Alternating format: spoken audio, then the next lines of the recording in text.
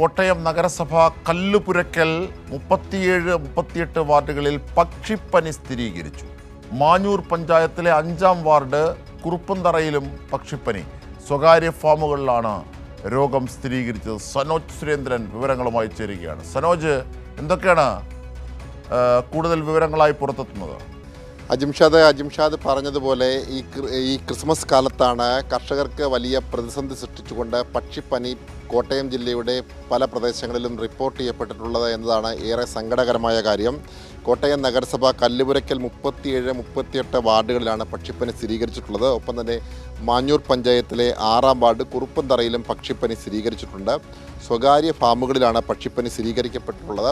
ഇതുമായി ബന്ധപ്പെട്ടുകൊണ്ട് മൃഗസംരക്ഷണ വകുപ്പിൻ്റെ ഭാഗത്തു നിന്നും നടപടികൾ തുടങ്ങിയിട്ടുണ്ട്. നമുക്കറിയാം, കർഷകരെ സംബന്ധിച്ച്, പ്രത്യേകിച്ച് ഈ കോട്ടയം ജില്ലയുടെ പടിഞ്ഞാറൻ മേഖലയിലെ താറാവ് കർഷകരെ സംബന്ധിച്ച് ക്രിസ്മസ് കാലത്തെ വലിയ പ്രതീക്ഷയോടുകൂടി നോക്കി കണ്ടുകൊണ്ടാണ് അവർ കാലേ കൂട്ടി ഈ താറാവ് കൃഷിയിൽ ഏർപ്പെടുന്നത്.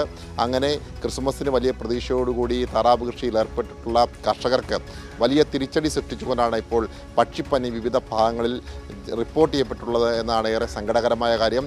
ചില കോഴി ഫാമുകളിലും ഇപ്പോൾ പക്ഷിപ്പനി സ്ഥിരീകരിച്ചിട്ടുണ്ട് എന്നും പുറത്തു വരുന്നുണ്ട്. എന്തായാലും ഇതുമായി ബന്ധപ്പെട്ടുകൊണ്ട് മൃഗസംരക്ഷണ വകുപ്പ് നടപടികൾ തുടങ്ങിയിട്ടുണ്ട്.